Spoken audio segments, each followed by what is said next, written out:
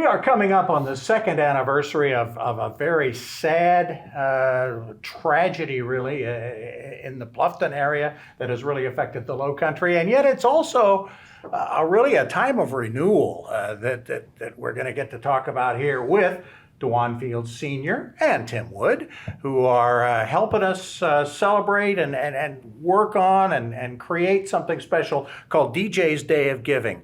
I keep calling you coach because you've been a coach, high school, middle school. Once a coach, always a coach. Once a coach, always a coach. And you are a counselor there.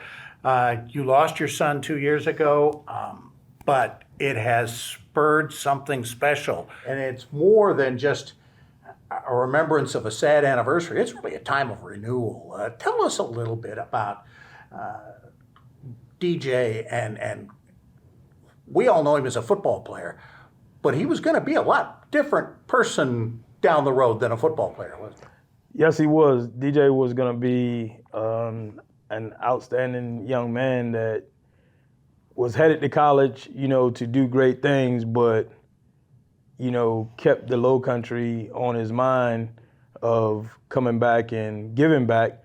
DJ was about to receive a certification in firefighter EMT. Wow. So, he was keeping that on the back of his mind. Was that a starting point for him, or was that going to be the career? What did you think? Where do you think he was headed? I don't know where.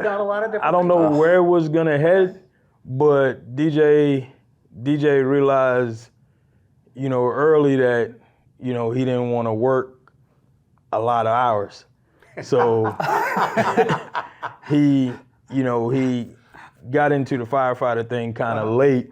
But, he was going to pursue welding as a trade because he knew if I could do one big job in welding, I could get paid a lot of money. There you go. So, smart kid. But he was a leader too. I mean, there was more than just a doer. He was a leader. He was a leader early on, with his peers, because DJ unfortunately got football taken from him his first 2 years of high school, and, because of concussions. So, but he stayed around and helped the football team, and was kind of like an extra coach, a player coach. Yeah. He was their age and could relate and talk to them. There you go, he could. Tim Wood, there are a whole lot of activities surrounding the DJ's Day of Giving, and the T-shirt says it all. Live like DJ. Tell us some of the things you got planned. Absolutely. So the day itself, we've got over 55 restaurants and retailers set up. 55. Absolutely. Yeah. I mean, that was the magic number Sure. that but. We're going to end up, we'll be bringing people in right up to, it's been an amazing, and all these folks, they give 10% of their sales for the day to the Live Like DJ Scholarship Fund. And DJ Day of Giving has all of the businesses, and like I said, we'll be adding them right up until 11:59 on Thursday, so, but all those monies go to the scholarship fund. As Dwon mentioned, we've got the Live Like DJ Scholars. That scholarship is thriving, and that is through the Community Foundation of the Lowcountry. Okay. That deadline is March 13th for this year's. We're very excited for the second class.